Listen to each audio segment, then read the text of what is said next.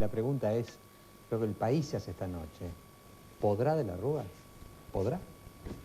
¿O será una frustración, más de lo mismo y otro desencanto?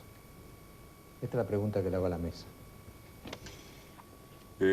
Bueno, a mí me gustaría abrir el fuego con algo que usted señaló en el segundo tramo de su introito, que tiene que ver con esto del impuestazo, o supuesto impuestazo, porque me parece un hecho liminar de cara a analizar a la alianza y al eventual podrá. También habría que ver si esas 4 cabezas del dragón, contra las que de la Rúa supuestamente tiene que pujar, son 4 cabezas o forman parte de un mismo modelo: desocupación, corrupción, inseguridad, educación, etc. Pero yo empezaría por esto otro, porque tiene que ver desde dónde se planta uno para criticar o no el podrá o no. Yo no voy a ejercer una defensa de la alianza en términos ideológicos, porque creo que con suerte puede llegar a ser a esta altura del partido una coalición ligada a ser identificada como el centro de la derecha o una fuerza de centro derecha, con algunas perspectivas corridas hacia la izquierda en términos de lo social, la cultura, etc. Pero sí quiero decir, en términos de análisis electoral y de lo que se le prometió a la sociedad, que, como titulé una columna de Página 12 que salió ayer, el que avisó no es traidor. A mí, naturalmente, me parece que hay algunos sapos que son más grandes que lo que se suponía, visto de lo que se llama el voto o el sector progre de la sociedad. Liach, ministro de Educación, el impuestazo que anuncia Machinea, etc. Pero básica, esencialmente, la alianza jamás prometió algo distinto de esto que ahora está anunciando. A mí también me hubiera gustado que, en lugar de estar avisando hoy que el IVA a la TV por cable va a ser menor que lo que pagamos en IVA por la carne, por ejemplo, hubiera figurado eso. Me hubiera gustado un proyecto de impuesto a las ganancias extraordinarias de las empresas. Me hubiera gustado un impuesto a las transferencias de capitales, de modo tal de que las familias que se quedaron con ingentes masas de dinero por vía de las privatizaciones o de las compras de sus empresas pagasen sus impuestos. Pero esto nunca lo prometió la alianza. Entonces, no habrá que hacerse cargo de lo que se votó. Lo que se votó no fue basta a la corrupción menemista. De la Rúa es un hombre individualmente honesto. Me quiero sacar de encima a Menem y no quiero saber más nada. Pero todo esto que ahora parece estar sorprendiendo, repito, a los sectores progres de la sociedad, Liach, los impuestos, es lo que esencialmente la alianza manifestó que iba a hacer, porque hasta último momento se preocupó por decir que no iba a molestar el orden establecido, que las líneas centrales del modelo se iban a respetar. El que avisó no es traidor. Hay que hacerse cargo de lo que votó y hay que hacerse de lo que se votó, los que hemos votado a la alianza, los que no hemos votado a la alianza. Entonces me parece que no se pueden confundir los deseos con la realidad. ¿No hemos, Eduardo? Yo jamás digo a quién voto, ni hemos votado, por eso dije, los que no hemos votado a la alianza y los que hemos votado a la alianza. Pase el Tai González, a ver qué. Yo tampoco digo nunca dónde voto. Porque, yo no digo, ¿dónde sí, pero a quién no? Entonces digo... Yo voy diciendo que con 20 años de atraso, como secretos de la ley secreta. Eso fue cuando prescribe. 20 años después digo, como voté. Entonces digo, ¿desde dónde nos plantamos para criticar esto? ¿Desde lo que imaginamos que la alianza iba a ser? ¿Desde lo que queríamos que la alianza iba a ser? ¿O desde lo que la alianza dijo que iba a hacer? No confundamos lo de según la realidad. Nunca dijeron que iban a hacer algo muy distinto a esto que ahora anuncian. Salvo que uno crea en la cosa publicitaria. Voy a ser el papá de todos los médicos, de todos los argentinos, el tío de todos los riojanos, la madre de todos los bonaerenses. Si alguno quiere creer en eso, cobramos el impuesto al GIL y se zafa el déficit fiscal.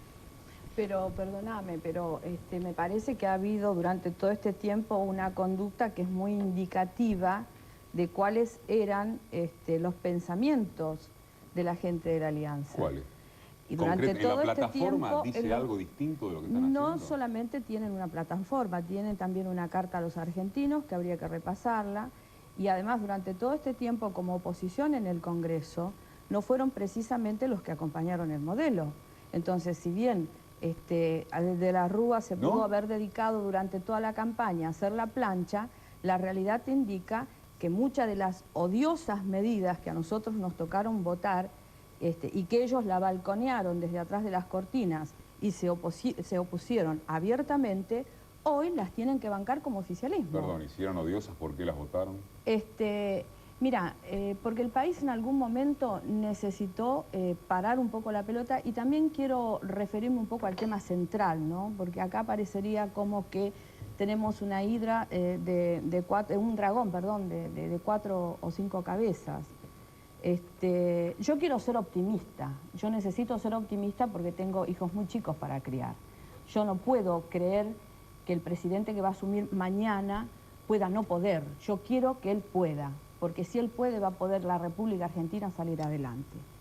Indudablemente también digo que si en el año 89 el peronismo pudo, con la desocupación, con la superinflación, pudo con depósitos de 1.200 millones de pesos y hoy deja un banco consolidado con 30.000 millones de pesos.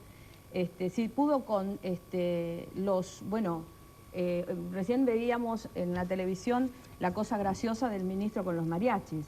En el año 89, quien fue el ministro de Interior, a esta altura de la transición, estaba lidiando con los gendarmes, hasta con el casco puesto, para parar los problemas que tenían en los supermercados. O sea, indudablemente hay un panorama totalmente diferente. ¿Quién desató los problemas? El problema del supermercado, la hiperinflación, la falta de gobernabilidad, el no tomar medidas concretas. Alguien llevó a la gente a los supermercados y eso está en la historia. No está en y eso va a quedar. Está en la historia de los que en la quieren transición. Perdón, diputada. Graciela, sí está en la historia que Cavallo... Alguien llevó a la gente a los supermercados. Graciela, sí está en la historia que Domingo Cavallo recorría el mundo diciendo que no había que darle préstamo al gobierno radical. Y fue ministro de ustedes. No, perdóname, en esa época Cavallo no tenía absolutamente nada que ver después lo con agarraron nosotros. ustedes.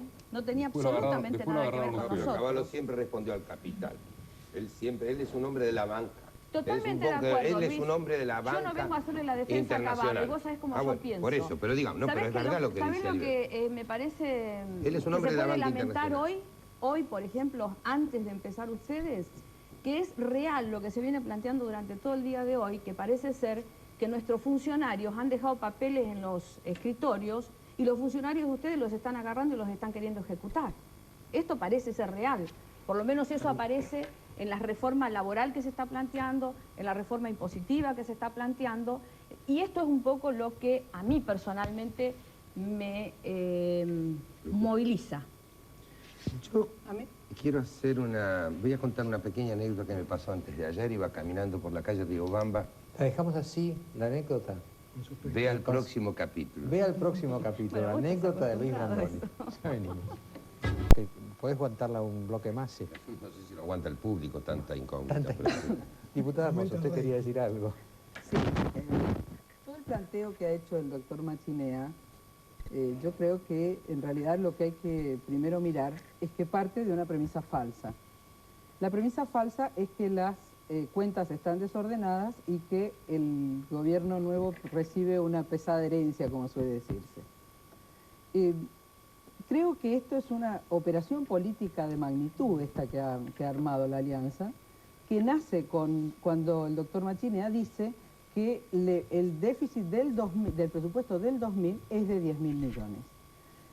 Volvamos un poquito al presupuesto del 99. El 99 fue tal vez uno de los peores años porque, como usted sabe, el presupuesto lo elaboramos con una estimación de crecimiento de 4.8 y después no solo no crecimos, sino que decrecimos 3 puntos. Una pequeña acotación. Yo siempre digo, los economistas, cuando se equivocan con exactitud. Tienen esa ventaja, ¿no? Ahora, yo digo una cosa. Economistas que calculan un crecimiento del 4.8, que resulta en un decrecimiento en 3.2, son 8 puntos de error. Es brutal. Es una cosa fenomenal. Sí, pero hay una justificación. Son algo así como 25.000 millones de dólares. 8 puntos, exactamente. Creo que hay alguna explicación para esto. Primero que en el momento que se estimó 4.8 era el mes de más o menos agosto, el presupuesto se presenta el 15 de septiembre, agosto del 98. Sí. Y muchos de los economistas profesionales decían que no íbamos a crecer 4.8 sino 3,5, otros decían 3, pero en realidad en cualquiera de los casos hemos decrecido 3%, o sea, como usted dice, 8 puntos. A pesar de eso, nuestro gobierno logró, con esa pésima situación económica de este año, mantener el déficit acotado en menos de 2 puntos del producto.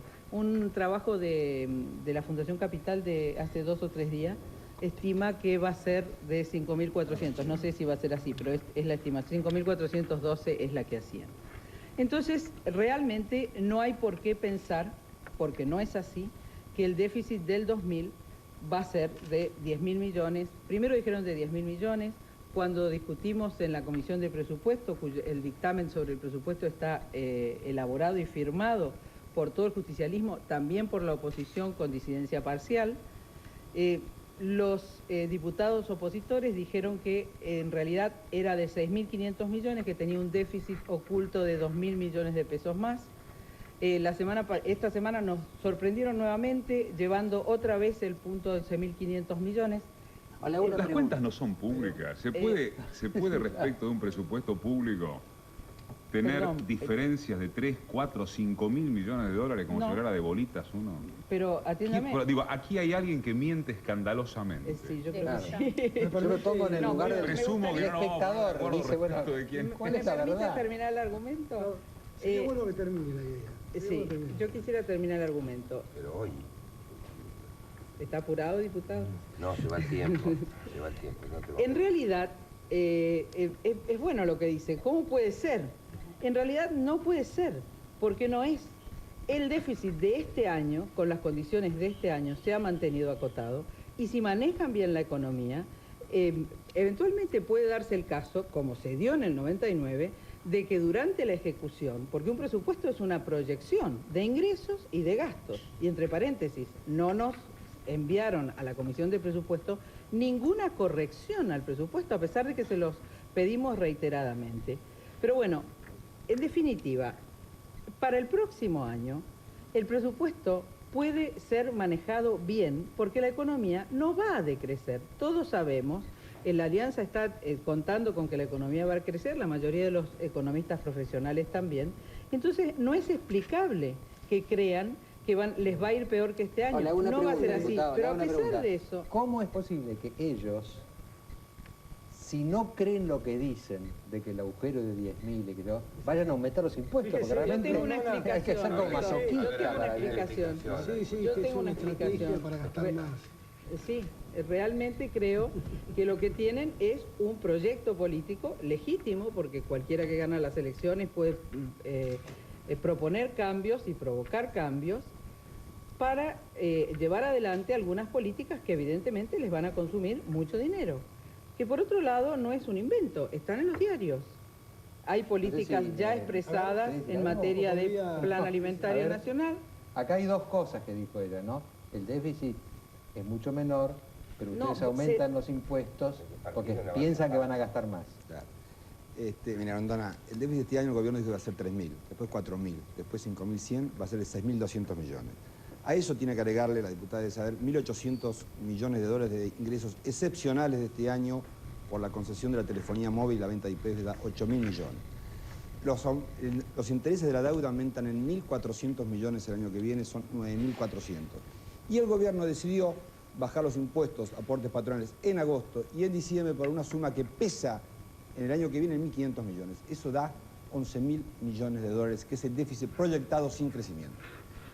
Y digo, el gobierno mandó un presupuesto al Congreso haciendo cambios, reformas, suponiendo que la economía iba a crecer 5%, y así todo, hizo todo eso, y el que mandó haciendo con todos esos recortes, etcétera, etcétera, da arriba de 7.000 millones. Pero no lo digo yo, lo dice cualquier analista del mercado. Segundo, ¿qué operación política hay en un gobierno que va a bajar el gasto público en 1.400 millones de acuerdo al presupuesto? ¿O alguien cree que el gobierno va a violar la ley y va a gastar por arriba de lo que dice el presupuesto? Si estamos diciendo vamos a gastar bajar el gasto público, cosa que este gobierno no hizo, en 1.400 millones, ¿dónde está la operación política? Sí, Grondona, si el gobierno de la Alianza hubiera diseñado esto como una gran operación política manipuladora de la realidad, el estratega político de esto, la verdad que, ¿para qué lo hizo? Porque estamos discutiendo algo que son los impuestos. Yo creo que lo que tiene que hacerse cargo la diputada Mozo, los hombres del justicialismo, las mujeres del justicialismo, es de cuál es el balance final de la gestión de Menem. En una anécdota lo vimos, fue anecdótico el acto que quisieron hacer de apoyo a Menem, que resultó casi de reprobación a lo que Menem estaba haciendo. Y si eso lo organizaron los adictos a Menem, creo que la opinión de la sociedad está muy definida en este tema. Con respecto a la herencia de Menem, al dragón, y si podrá de la Rúa, que era la pregunta inicial de todo esto. Evidentemente, las cuestiones marcadas ahí son las cuestiones que existen. La desocupación del 16% existe. Una fenomenal deuda externa de 120.000, 125.000 millones de pesos que crece 9% año a año, existe. No es verdad. Esa deuda externa ocasiona que el año que viene la Argentina tenga que renovar compromisos por 30.000 millones de pesos.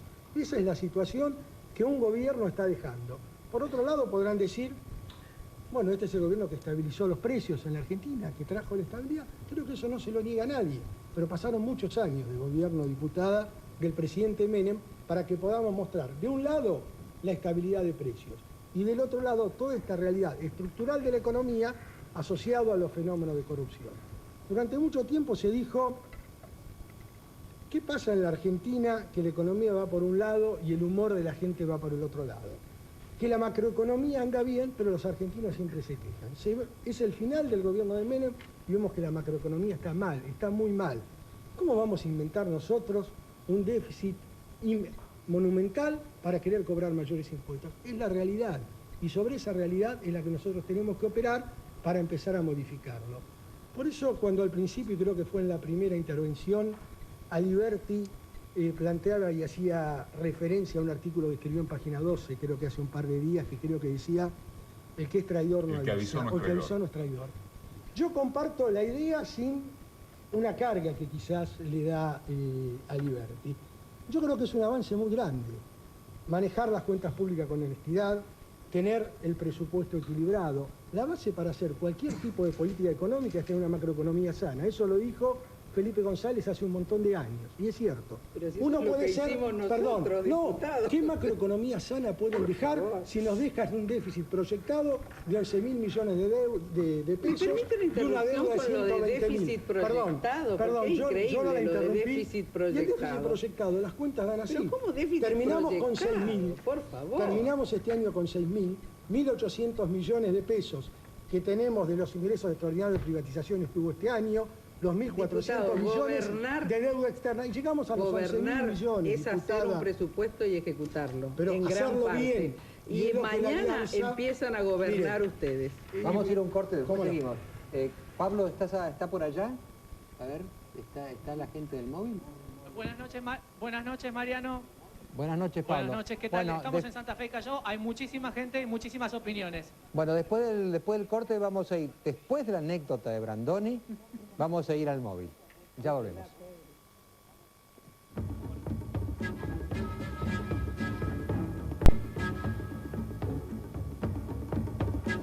No, estábamos comentando en el corte el tema Paraguay, Oviedo, etcétera. Tenemos una cobertura muy buena más adelante en el programa, pero antes que nada, yo no sé si Brandoni conviene que la cuente o, como dice Alberti, que no la cuente. Tiene que quede como una especie de misterio.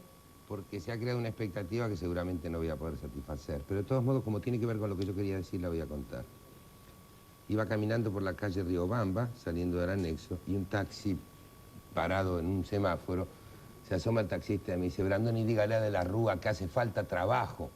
Le digo, sí, ya lo sabe. Dice, bueno, ¿y? Le dije, todavía no asumió. Me parece que estamos un poco en eso, ¿verdad? Creo que ya se está criticando al gobierno, que no es gobierno, sino recién después de mañana, calculo que a las 11 o 12 de la mañana. Me parece que se está instalando una cosa con un celo extremo, un celo muy filoso, muy sutil, después de 10 años y medio de este gobierno. Yo no creo verdaderamente que esté instalado en la opinión pública, en la gente, como una preocupación central el tema del impuesto. Yo creo que se está intentando instalar este asunto. Todas las encuestas en los últimos años, de todas las consultoras, de todas las empresas que hacían encuestas, daban un resultado igual, que eran las mayores preocupaciones, eran la desocupación, la corrupción y la seguridad. Y no ha pasado nada que modifique esta opinión y esta preocupación de la gente. Lo cierto es que Nada nos indica que el futuro gobierno no luche contra la corrupción, no luche en favor de una mayor seguridad, una mejor calidad de vida de la gente y no haya una extrema preocupación por el tema de la desocupación. Yo creo que la pregunta que se formulaba aquí en el aviso del diario, ¿podrá de la Rúa con todo? Yo no podría asegurarlo.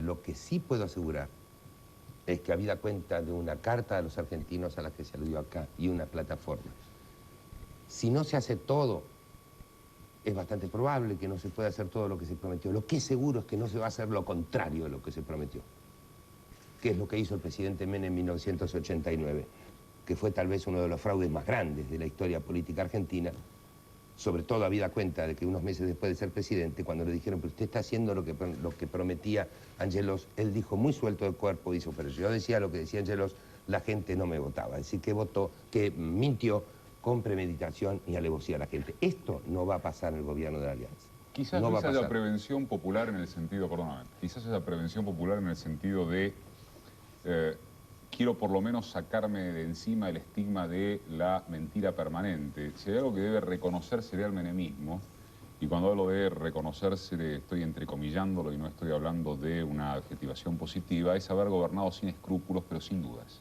Nunca tuvieron dudas. Siempre tuvieron claro para quién gobernaban, siempre tuvieron claro a quién joderle la vida, siempre tuvieron claro, esto estaba fuera de toda duda. A la Alianza se le van a pedir escrúpulos. Y en tanto y cuanto se le van a pedir, se le van a pedir escrúpulos y claramente van a robar menos que ellos, van a robar nada o lo que fuere, pero va a haber un tiempo, va a haber un tiempo de dulce, de luna de miel, llamarle porteñamente como quieras, a partir del cual después se va a distanciar aquello que se votó de aquello que se necesita. Esto es lo que me parece que puede llegar a ocurrir. Pero por eso conté la anécdota, porque me parece que estamos tan apurados, tan ansiosos, que el taxista me dijo, ¿y qué hizo con la desocupación de la Rúa? Pero es que eso te expresa la ansiedad por dejar de lado esto que pasó. Yo creo que efectivamente, como decís vos, creo que en particular el Ejecutivo ha hecho de la mentira un sistema y del cinismo un estilo de política. Bueno, puede ser cinismo y mentira, pero también puede ser un cierto pragmatismo para tomar las decisiones. Por ejemplo, el tema de Rucón con Rico, pongamos, ¿no? Yo no sé si Rico va a arreglar la cosa, pero el tipo lo hizo. Yo creo que no, yo creo que además...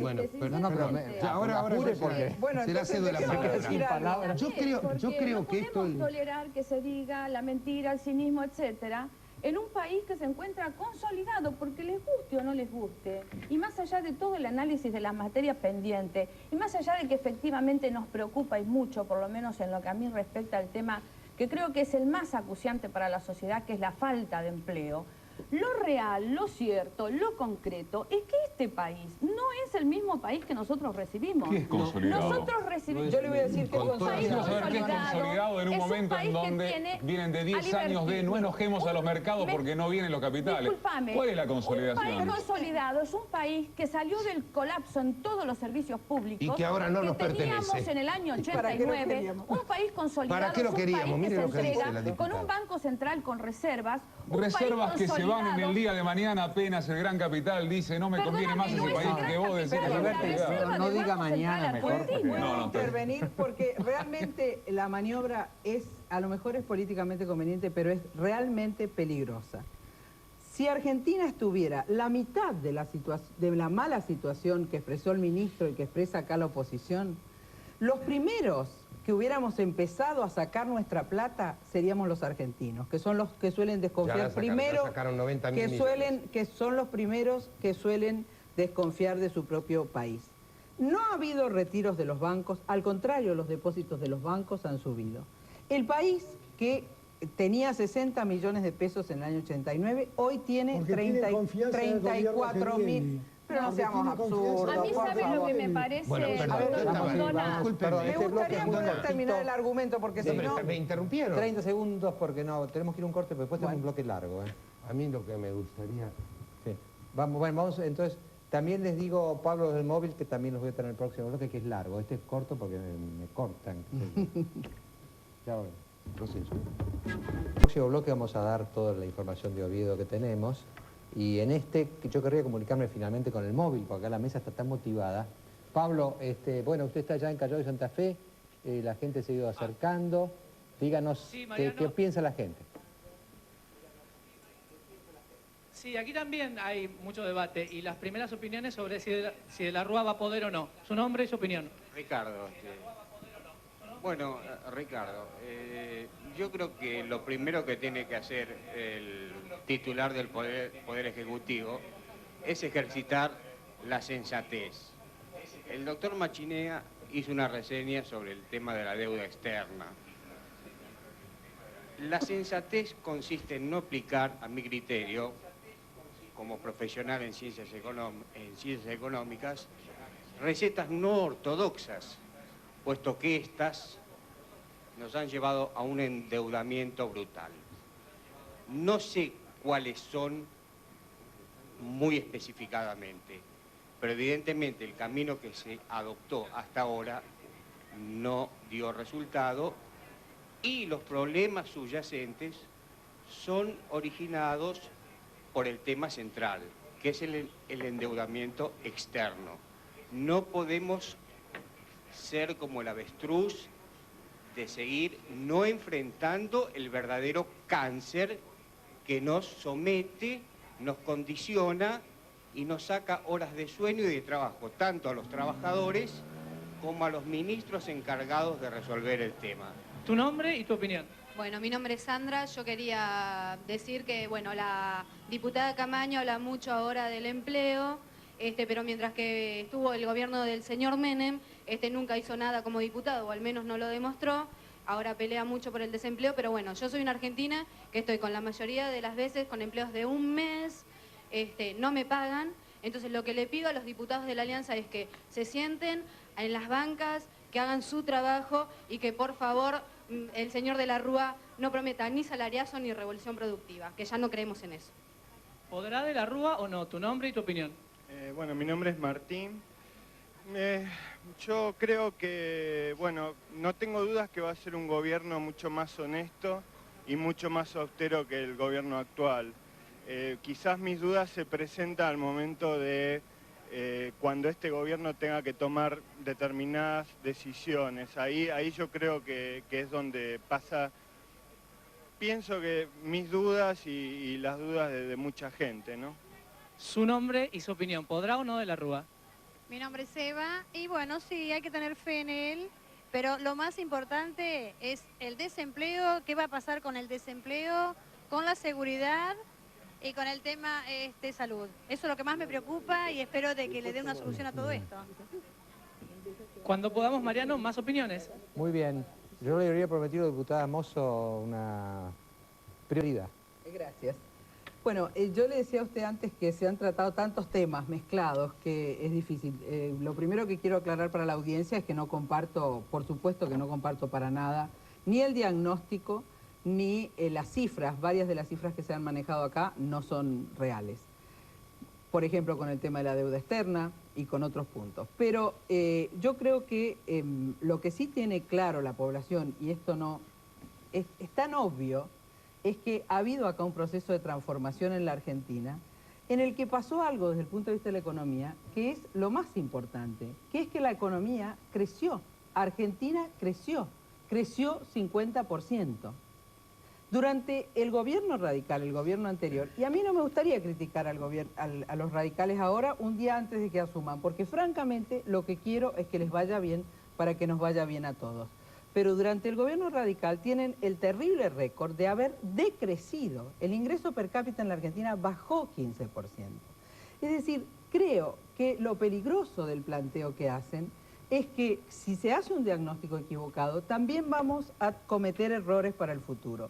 Y esto es lo que tenemos que cuidar. Por eso, este tema del impuestazo es un tema serio, porque lo que hay que pensar con el impuestazo o con la reforma tributaria, para no llamarla tan peyorativamente, es si hace falta hacerla o no. Este es el punto. Personalmente creo que no hace falta. Y además, si hace falta hacerla, o si pensamos que vamos a tener, ¿en qué línea hay que hacerla? Es decir, diputada, ¿cuáles deberían... La Alianza Perdón. es un grupo de suicidas políticos que ponen más impuestos sin saber si lo necesitan. Pero diputada, ¿puedo contestar? No hablé yo hasta ahora, viste que me porté bien. Muy bien, muy bien. Yo le pregunto para que te portes mal, Está para bien. que te portes bien. Yo le pregunto lo siguiente. Cuando estábamos en la misma situación de transición del gobierno de Alfonsín al de Menem, Cuando Menem, con toda la carga que tenía de que se hacía cargo de un gobierno que según parecía estábamos todos prendidos fuego, porque siempre habla del incendio como si hubiera habido 6 años de incendio. Muy bien, pero dejemos eso. En ese momento pidió leyes de urgencia, de emergencia. No las votaron. ¿Cómo que no la votaron? Se le votó todo y nadie discutió nada. Se le facilitó Usted dice que las cifras no son ciertas, no se votaron las leyes. ¿Se facilitó el tratamiento o no, diputada? No, no se facilitó el tratamiento. ¿Ah, no? Fue muy difícil votar absolutamente todas las leyes que modificaron este país. Yo fui legisladora en el 89, en ese momento eras asesor de Chacho y todos los muchachos que conformaban el grupo Los Ocho. No hubo, hubo palos en las ruedas. Totalmente, pero además te aclaro algo, no se facilitó la transición. Yo quiero referir a este tema del palo en la rueda, por favor, porque no, la diputada Camaño está interrumpiendo a Gambini, que lo interrumpió usted. Sí, exactamente. Claro. Yo lo que le quería decir, ¿cuál era su pregunta? Pero no vayamos tanto al pasado. Usted fue la que habló de la consolidación. Está bien, hablemos de la consolidación. Yo creo que si algo se consolidó acá es la deuda externa que creció, la desocupación que no existía con Alfonsín. Estaba encubierta. No, se consolidó. La inseguridad se consolidó y se consolidó la corrupción. Ahora, muy bien. Sí, porque todo no había esto en un país que si está... Por favor. Una campaña. Déjeme. Si está consolidado, como dicen ustedes, además, no lo han dicho, pero lo van a decir en cualquier momento, que el país está instalado en el mundo, porque lo acaba de decir Menem. Ah, sí, eso es verdad. Sí, es verdad. Hace 2 años que Estados Unidos no manda un embajador a la Argentina. Eso es porque nos considera un país de cuarta. Somos Tanganica. Bueno, usted es un intérprete de los pensamientos si fuéramos un país en serio, Estados Unidos, al cual le hemos rendido una pleitesía jamás vista, porque el grado de alcahuetería de este gobierno que se está yendo felizmente hacia los Estados Unidos nunca se vio. No nos manda embajador porque no nos considera. Somos de cuarta. Es lo mismo que cuando el señor presidente prometió, porque lo hizo creer a todo el mundo, que íbamos a negociar alguna vez la devolución de las Malvinas. Y lo que hizo fue ir a recibir el boato, que era lo que le importaba, a Gran Bretaña. Por favor, y ese boato, que a él le encanta, eso está muy conocido en la historia argentina.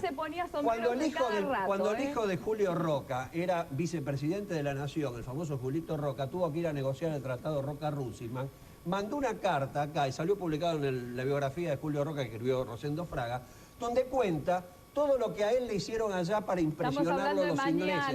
No, esto ocurrió hoy con Menem. Ya había ocurrido en la historia. Como Menem no lee la historia, porque cree que la historia la inventa él con su gobierno, le pasó lo mismo. La diferencia es que Julio Roca lo entendió y dijo, a mí no me van a engrupir con esto. Pero Menem se engrupió y le hicieron creer que él era un gran personaje. Los grandes países del primer mundo no consideran a la Argentina porque no existe este gobierno. Bueno, habría que preguntarle a la gente que viaja. Doctor, yo quisiera... ¿Se puede retomar el hilo del programa que si podrá de la Rúa? Sí, claro, vamos a retomar un poco para el futuro, ¿no? Exacto. A mí realmente, bueno, lo que hace el señor periodista, bueno, creo que a lo mejor era candidato porque parece un discurso de campaña, pero a mí en realidad podemos hablar de tantas cosas acá, pero la verdad es que creo que es más importante hablar del futuro. Realmente buena parte de este modelo lo acaba de ratificar, gracias a Dios, el futuro ministro de Economía. Y a mí me parece bien, fue aceptada su visión de que en realidad yo creo que van a intentar no cambiar mucho. Pero a mí lo que me preocupan son las medidas concretas que están proponiendo. Realmente, si empezamos con errores fuertes en las áreas sensibles, como son, por ejemplo, las áreas fiscales, esto puede traer malas consecuencias. Y nos tenemos que preocupar de que al gobierno le vaya bien en el futuro. No por los radicales. Fíjese, me permite, Rondona. Déjenos ahora. Creo que terminaste. Yo no le permito. Bueno, ¿a qué hora termina? ¿A las 12 el programa? Que hable la diputada. ¿Por qué creen que perdieron las elecciones? Perdón. Esta es una pregunta importante. ¿Por qué creen que perdieron las elecciones? Discúlpame, Gambini, la distribución del poder no es la distribución del poder que se está planteando. ¿O perdieron porque la gente se hartó? Yo no quiero dejarle... todo de este gobierno. pero la distribución del poder no es por qué perdieron las elecciones. Se las perdieron, Miremos por algo las perdieron. No se la Argentina completo, mirá. Está completo. Creo que no perdieron las elecciones. Creo que tampoco perdieron las elecciones. Que eso es un diagnóstico falso. Las elecciones del 24 de octubre no la ganó de la Rúa. No, el mapa político no es lo que ustedes plantean. Fíjese lo que dijo la diputada hace un minuto.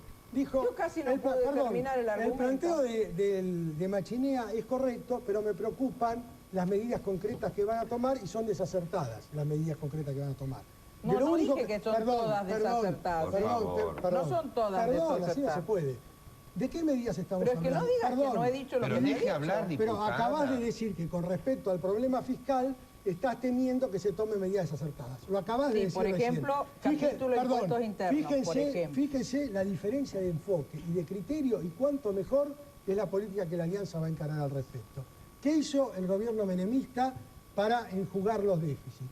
Contrajo deuda enormemente. Podrá discutir 5.000, 4.000 o 3.000 millones de pesos, pero la deuda externa que la Argentina ha contraído es terrible. Como no se puede contraer más deuda, hay que tomar medidas. Cuando tuvieron que cubrir el bache fiscal con impuestos, cuando tuvieron que cubrir el bache fiscal con impuestos, ¿qué hicieron? Pasaron el IVA del 13 al 16, del 16 al 18, del 18 al 21. Bueno, rebájenlo al Verdes ahora. Perdón, déjenme terminar. Perdón, ese impuesto, y vos lo sabés, es el más regresivo que existe. No, el más regresivo es la inflación. Le voy a hacer una pequeña observación. ¿No? Ahora entiendo porque no se pusieron de acuerdo con la ley de presupuesto. Evidentemente, todos son amigos, pero no son tan amigos, ¿no? No se habla de temas centrales. Con respecto al tema del endeudamiento, con respecto al tema del endeudamiento externo que un profesional que lo hubiera entendido de las ciencias económicas planteaba desde el móvil y que lo señaló como cáncer respecto de cualquier proyecto de nación que quiera encararse. Bueno, de eso no se habla. ¿Por qué no se habla de la deuda externa en la Argentina? Hablemos. ¿Por qué no se habla de que el año que viene hay que pagar solo en concepto de intereses? Hay que renovar en todo concepto 30.000. 9.000 de intereses millones y vencimientos de 14.000 millones. Bien, ¿es sensato pensar que un país pueda crecer con un endeudamiento externo semejante? ¿Por qué no hablamos de eso? Sí, hablemos. ¿Se puede crecer? Sí. De hecho, Argentina viene creciendo con un endeudamiento más alto que... Diputada, ¿se puede crecer? Bueno, usted me pregunta si se puede crecer. Sí se puede crecer. Se puede crecer y distribuir exactamente. Le digo más, Argentina ¿Yo sabe de qué me acuerdo de la frase de Menem de que íbamos a crecer? No, le estoy haciendo una pregunta, estoy haciendo un argumento. ¿Usted se acuerda del vaso? Evidentemente. El vaso que iba a desbordar sobre los pobres. Del monólogo de la diputada Mozo yo no he venido a la verdad. No tengo ganas. El tema no es endeudarse o no endeudarse. El tema es la proporción, es decir, todas las empresas endeudan, hasta dónde, cuál es la funcionalidad. Hay especialistas serios que han hecho trabajo serio, como Miane Santangelo, y como alguien que ustedes deberían leer. ¿Saben cómo se llama? Juan Yach.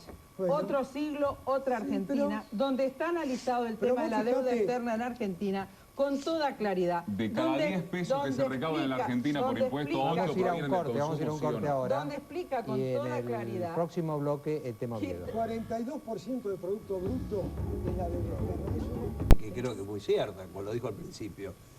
Oviedo se va aprovechando la transición. ¿Y sabes qué es esta transición? ¿Sabe qué dice la gente que está en la Casa de Gobierno? Hace 15 días que es como el Colegio Nacional en quinto año, cuando terminan las clases, que a nadie le importa nada, total nos vamos. Y sí, también se fue Oviedo. No, pues muy grave, Hugo. Y claro que es grave. Escucharlo a Coran decir que logró eludir... la acción de la... ¿Qué logró eludir? Logró eludir la custodia en Tolhuin, que es un desolado paraje patagónico. Digo, es una falta casi de respeto al sentido común. Más allá de que yo comparta el tema de que parece en los últimos 15 días de clase, digo, no me parece que esto deje de generar la acusación de un hecho muy grave. Muy grave. Esto no es que me parece que da la estatura de los negocios mutuos entre el menemismo y el oviedismo como para que se pueda tan... Yacyretá no es mi imaginación, diputada, discúlpenme. Y tampoco es un problema del menemismo. Digo, para que lo dejen ir así, tiene que ser muy alto el nivel de negocios. porque un poquito de vergüenza implicaría que el ministro del Interior no puede aparecer diciendo lograron envolver la custodia. Por favor, el conflicto yo les que digo tiene una hoy cosa, Paraguay... les digo una cosa de viejo que soy. Bueno, Gambini, vos sos más joven, ¿no? No, pero más joven que vos. Sí, bueno. Algunos meses. Les digo, cuando él decía que la lucha es entre los democráticos y el mesianismo, yo me situaba en lo que decíamos los antiperonistas de Perón en el 55. Claro. Y Perón siguió teniendo votos como loco y hasta que no hicimos las paces, esto no se arregló. Yo los veo así y los veo muy enconados, desgraciadamente. Es que a veces, doctor Grondona... No le veo buen futuro a esto, no le veo un futuro, ¿no? El asilo político no es una situación cómoda para un país. Pero en función de lo que significan los acuerdos políticos de las naciones y las conveniencias, quizás era conveniente que la Argentina le brindara asilo político a este hombre. Lo que sucede es que lamentablemente se hizo todo un manipuleo de campaña y de elección con la situación de Oviedo y hoy estamos con esta situación. Un presidente paraguayo en la República Argentina con un opositor, con un enemigo, como lo que lo quieran tildar, porque en realidad a mí no me interesa cómo lo tilden los paraguayos a Oviedo, ni voy a hacer una defensa de Oviedo. Con este personaje en el Paraguay, esta es una situación muy crítica para el Paraguay y para la región.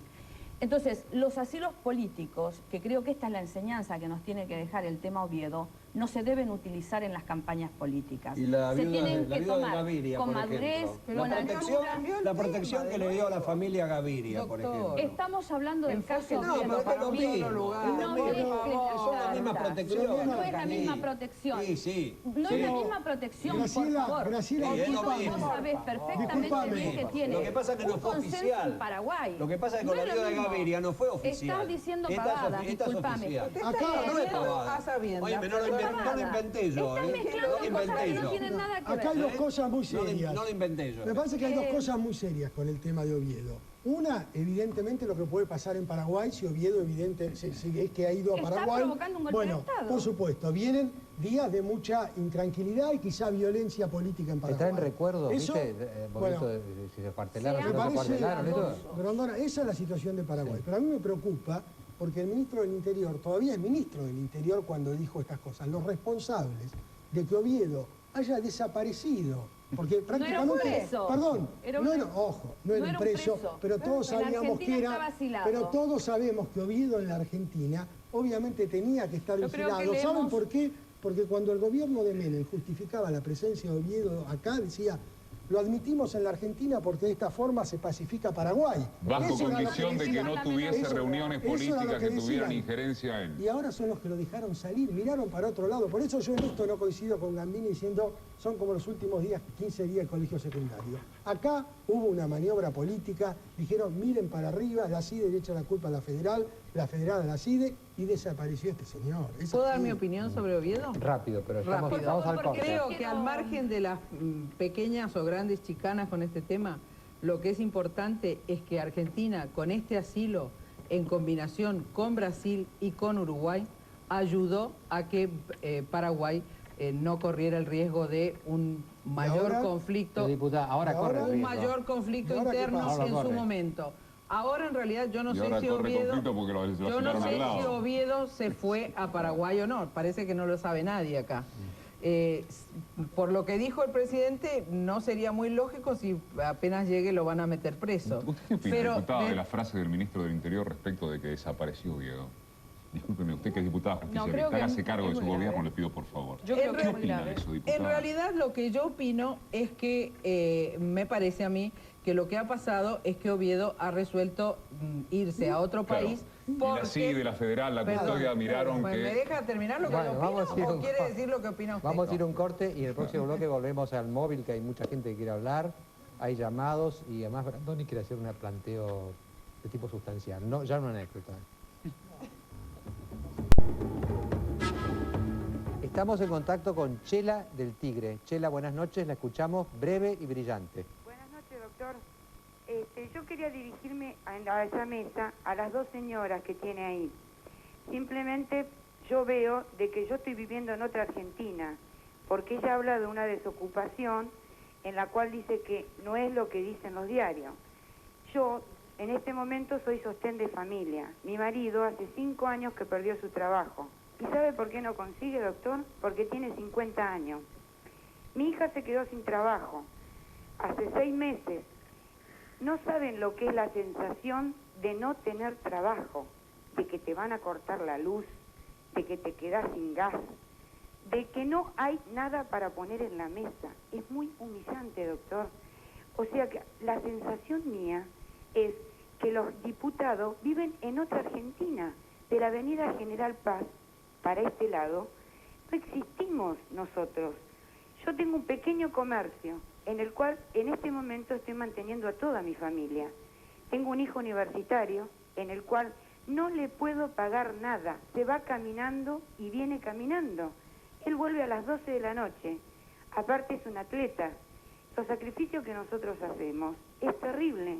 O sea que la sensación mía, doctor, es de que esa gente que está en esa mesa, sin menospreciar a nadie, yo soy una mujer preparada para trabajar, gracias a Dios, por eso puedo mantener a mi familia. Mi sensación es que no nos entienden a nosotros. Y otra cosita que quería decir, yo sé que el tiempo es muy corto. Hablaron de los saqueos. Yo tuve una experiencia terrible con el tema de los saqueos. Estoy hablando de Tigre, pero no del Tigre brillante. Estoy hablando del Tigre carenciado. Acá hubieron saqueos, doctor, y los organizaron los peronistas. Yo no puedo dar nombre, porque yo convivo con la gente de la villa. Y gracias a Dios, la gente de la villa a mí me da de comer. Y como hay gente muy buena, también hay de la otra. La misma gente de la villa, doctor, me vino a avisar a mí 2 días antes de que iban a saquear todo el centro comercial. ¿Y sabe por qué me avisaron, doctor? Porque cuando ellos no tenían para comer o para comprar un remedio, yo siempre les di. Entonces me dijeron, mirá, te vengo a avisar a vos, simplemente porque vamos a saquear todo el barrio. Y lo hicieron, doctor. Y mucha gente perdió lo poco que tenía. ¿Sabe por qué, doctor? Porque nos robamos entre los mismos pobres. Es lo que está pasando ahora. Nos tenemos que cuidar en este momento los delincuentes, tenemos que pagar una custodia. Y no puede ser así, doctor. Es horrible no tener trabajo. Es muy fácil hablar cuando la panza está llena. Es muy fácil. Y yo, en mi mayor orgullo, ¿sabe qué es, doctor? Que con mi humilde negocio tengo 3 hijos. Los 3 terminaron la secundaria. Y tengo un hijo que está en la facultad, en el cual estoy rogando de que no lo deje, porque no puede, entre el deporte que él practica, que es un atleta. Estuvo en Winnipeg, doctor, mi hijo. Es mi mayor orgullo. Muchas también, gracias, Chela. En este momento, muchas gracias. Bueno, gracias. Le agradezco mucho, es un llamado a la realidad para todos nosotros. No sé si en el móvil Pablo tiene algo. Pablo. Sí, claro, Mariano, más opiniones. ¿Podrá de la Rúa o no? No tengo mucha fe, pero hay que ayudarlo a que pueda gobernar este país muy difícil, ¿no? Y sobre todo quiero hacerle un pedido, por favor, protección más a los trabajadores, por favor, y que no se olvide de los músicos también, que están bastante... ¿Podrá de la Rúa o no? Bueno, yo soy el doctor León Tenenbaum, quería decir que el doctor de la Rúa va a poder o no en tanto y en cuanto los sectores de poder de la Argentina, e incluyo entre ellos al Partido Justicialista, y los sectores financieros, económicos y de poder internacionales no le pongan palos en la rueda e intenten repetir la historia del gobierno del doctor Alfonsín. ¿Podrá de la Rúa o no? Sí, estoy absolutamente convencido de que sí, porque está capacitado para eso, formó un gabinete que es un gabinete completo, y yo creo que Fernando de la Rúa es un hombre comprometido con la sociedad y con el momento crítico que está viviendo el país. Estoy absolutamente convencido que va a salir adelante y nos va a llevar por buen camino. ¿Podrá de la Rúa o no? Yo más allá de, como ciudadano, más allá de si podrá o no, me parece, no estoy en condiciones de opinar, lo que sí soy muy optimista en de que el funcionamiento de la democracia va a fortalecer y mejorar lo que es la clase política. Creo que es uno de los pilares que está en déficit, ya que este país ha demostrado que tiene un muy recurso humano y eso va de esa manera, o sea, cuando el gobierno escuche y sepa manejar las opiniones, o sea, la convivencia de la gente, el funcionamiento de la convivencia, va a hacer que la democracia vaya limando esas asperezas y mejorando, y va a segregar simplemente, ¿Podrá de la Rúa o no? Buenas noches ante todo. ¿Ven esto? Esto es Argentina. ¿Ven? Así ha quedado Argentina. ¿Qué se hace cuando una flor se marchita? Se tira. Y se siembra y se planta de nuevo. Pongámonos a plantar y a sembrar de nuevo. Pongamos lo que hay que poner. Mariano, cuando quiera, y si podemos, más opiniones. Muchas gracias. Yo le querría dar un minutito a Brandoni porque yo sé que hizo una observación en el corte de que el tema no era solamente económico. Yo creo que no. Me gustó el planteo de las preguntas que eran el tema de esta noche.